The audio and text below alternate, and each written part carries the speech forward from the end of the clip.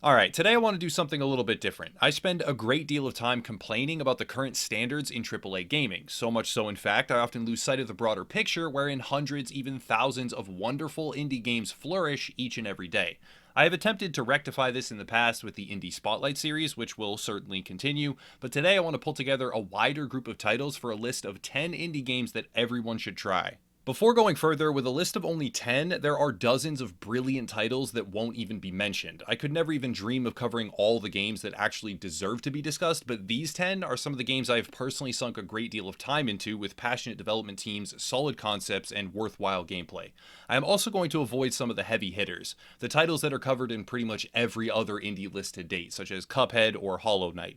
Not because they are bad, they are actually fantastic, but because more than likely many people have already heard of or played them, and also I myself have not played them extensively. Without further ado, let's get started. Keep in mind, this is not in a particular order of quality, that is to say number 1 is not better than number 10. They are all decidedly unique and deserve to be evaluated independently. The numbers are just an organizational formality. Number 1 is Outward. Some of you may remember Outward from its actual indie spotlight on the channel, and in fact a few of the games on this list have their own dedicated review already, but for anyone not aware, Outward is an open world fantasy RPG that is absolutely worth your time. I could spend 15 minutes plus simply complimenting this game. In fact, I already have in the past in a previous video, but the short version is that Outward manages to create a wide open world of danger and meaning, complete with a massive amount of locations, crafting systems, progression mechanics, hidden secrets, and really everything needed to have an amazing open world experience. The game takes a very non-linear approach. I didn't even know how to get magic spells for dozens of hours, but when I finally did figure it out, they completely changed the entire experience. Exploring this world, despite its tiny relative development team size, can compete with many full AAA titles, and there is a lot of walking, a lot of learning, and a lot of reading, but it is a fully and completely deserving indie game that will offer dozens of hours of thorough enjoyment to fans of the genre. Now let's switch gears. Like I said, I want this list to include a selection of titles that cover all the bases, so let's talk about a PvP game called Hunt Showdown.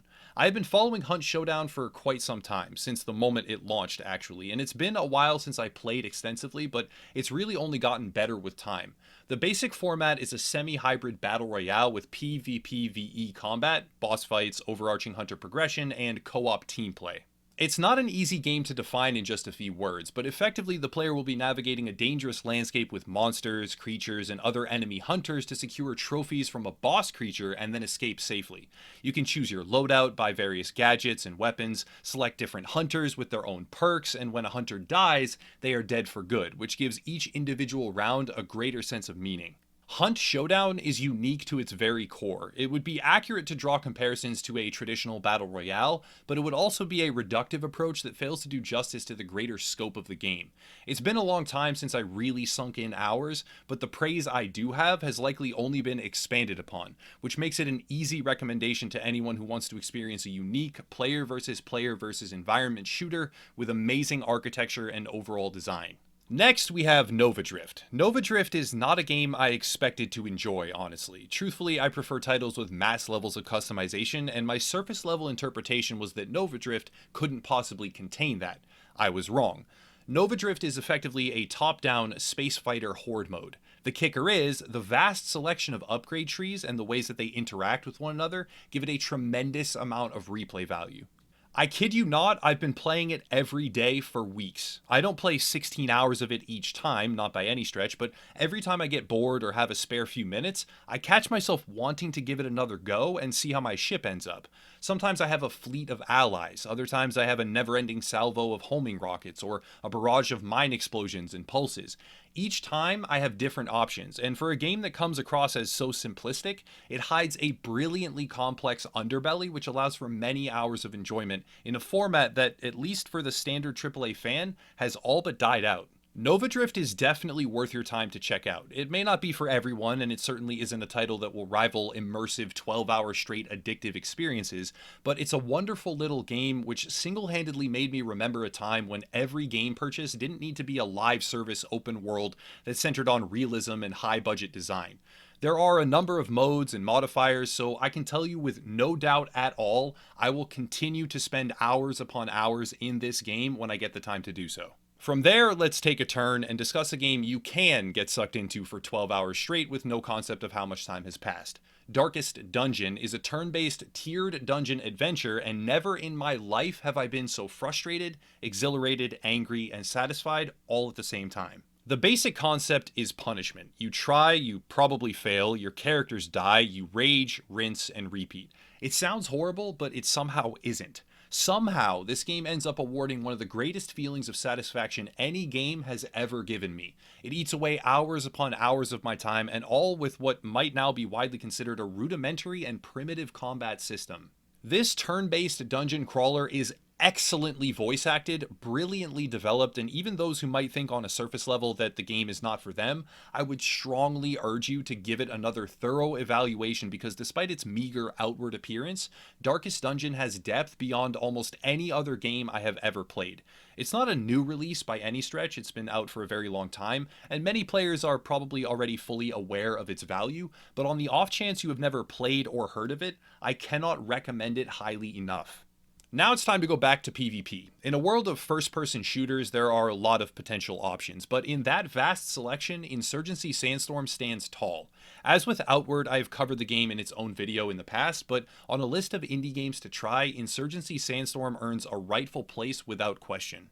I don't consider myself to be an expert FPS player, not by a long shot, but even as someone with very little native enthusiasm for the genre, I was able to find countless things to enjoy. The depth of the modes, the emphasis on realistic design without realistic tedium, the ability of the game to bridge the gap between competitors such as Call of Duty or Arma, while still carving out its own sense of self. All of it combines to create a shooter that provides value well and truly beyond what many will expect. On the one hand, a more realistic hardcore experience will satisfy a particular demographic easily, while on the other, more comedic and frantic arcade modes will allow for a holistically separate group to buy the very same game and enjoy it just as much. With the goal of providing a list of indie titles that has something for everyone, Insurgency Sandstorm is an obvious addition. Switching gears though, yet again, let's talk about PvE. Some players prefer the thrill of player-to-player combat, others just want to mine rocks. It may sound like I am disparaging this preference, but I'm not. Deep Rock Galactic is a space dwarf mining game which takes the concept of finding resources to an artistically rendered extreme. This is yet another instance where I just didn't expect to enjoy it. Truly, I didn't. But someone in my stream chat recommended it, I promised I would try it, so there I was. The game is all about mining more and more resources. There are upgrades, though to be fair, some of the perks feel a little lackluster, and there's also a co-op function to the mission design, but the main concept is mining resources and then extracting, while hordes of aliens attempt to stop you. It's like they took that satisfaction from finding a resource node in your favorite MMORPG or open world sandbox and turned it into an entire game, and it's really fun. Like, really, really fun. Like so many other entries on this list, it won't be for everyone, but if you enjoy PvE co-op resource gathering with wave-based horde mode combat, probably worth checking out Deep Rock Galactic, and rewarding a talented development team who have worked hard to make this game a reality. Now we need to make a drastic shift yet again to RTS, or real-time strategy. RTS games were my bread and butter growing up. I would spend 2 hours per day on the weekends, because I had a time limit on my computer access, playing Stronghold Crusader in the custom map maker. RTS games will always be near and dear to my heart, so it is with great pleasure I recommend Frostpunk. Frostpunk is yet another game I've covered before and will undoubtedly cover again in the future. It is a post-apocalyptic RTS that focuses on the brutal choices of survival in a frigid cold environment. The central generator effectively becomes a pylon of God. The sometimes emotional and ethically brutal decisions placed before you play with morality and the impact of choice. The game takes a post-apocalyptic group of refugees, or other groups depending on which scenario you play, there are numerous, and allows you to transform its entire societal structure, whether it be religious fanaticism or totalitarian government. Frostpunk is a beautifully crafted artistic experience with complex decision-making that might technically not be an indie game, but it certainly isn't a mainstream AAA title that was produced and marketed by a multi-million-dollar budget with a full $60 price tag attached. It is a smaller game from a smaller team doing wonderful things and providing excellent value on your purchase. Next up is a game that I had some severe doubts about including in this list, but in the end I had to. It's called Rend. Rend is a faction-based survival experience with strong similarity to Rust or Ark, but the difference is that the core experience was designed around a three-way faction war, taking place in a Nordic fantasy world at the roots of Yggdrasil, the World Tree. I'm probably mispronouncing that, but the main World Tree in Norse mythology. I have to be completely honest here, the game's player population is gone. The world is entirely empty and there is no one left. But I couldn't make this list without Rend because back when I first discovered the game, I played literally hundreds of hours and appreciated almost every second of it. Truth be told, the game's PvP emphasis is not even the real draw. Sure, it's what I personally cared about, and it's what my clan prioritized at the time of release, but that same player versus player combat might have contributed directly to the player base collapse. Flash forward to today, and there is a PvE option, as well as the traditional PvP formats. I have to yet again be honest here though, unlike the other games on this list, Rend is no longer active in development. The team has been silent for many months, but even so, a player can log in, advance their skills, acquire the materials for a base, mine the resources for armor and gear, and advance through the various biomes, some of which are amazing, beautiful, and stunning, by the way, all the way to the center of the World Tree, and for a certain demographic, it will be a fantastic experience for every second of that journey. I truly, truly wish that Rend still maintained an active player community for PvP. Each week, the faction shields would fall, and a horde-based attack of monsters would occur, called the Reckoning. The depth of gear and their relative value in each biome were truly thought out. The mount and pet system, building, crafting, and so much more became my entire life for weeks on end. Wake up, log in, play Rend, log out, go to sleep, day in and day out. But now that player base is gone, and while I cannot recommend the game for active PvP encounters, I can recommend it for those that wish to sink in a great deal of hours surviving and building their own base while navigating a mythological world of creatures and environments that is truly exceptional. Second to last as we near the end here is MORDOW. MORDOW is a medieval combat game which gained a substantially larger following than I ever expected. Pre-release, I covered the title, helped beta test, and even did an interview with the developers, which all led me to believe the game would have a dedicated, albeit small, group of fans. Yet again, I was wrong.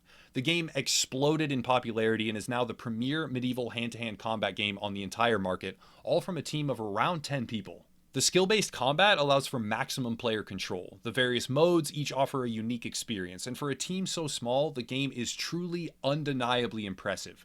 Like every entry on this list, it's highly subjective, but if you have any interest at all in trying out a first-person combat game where knights, armor, and medieval weaponry reign supreme, it's impossible to think of a better option than MORDOW, while also supporting a talented indie development team for less than half the cost of a AAA game. Last on the list for today is Praey for the Gods. Praey for the Gods is quirky, that much has to be said, but it's a game that is made by 3 people, and for all its faults, provides a definitive sense of satisfaction.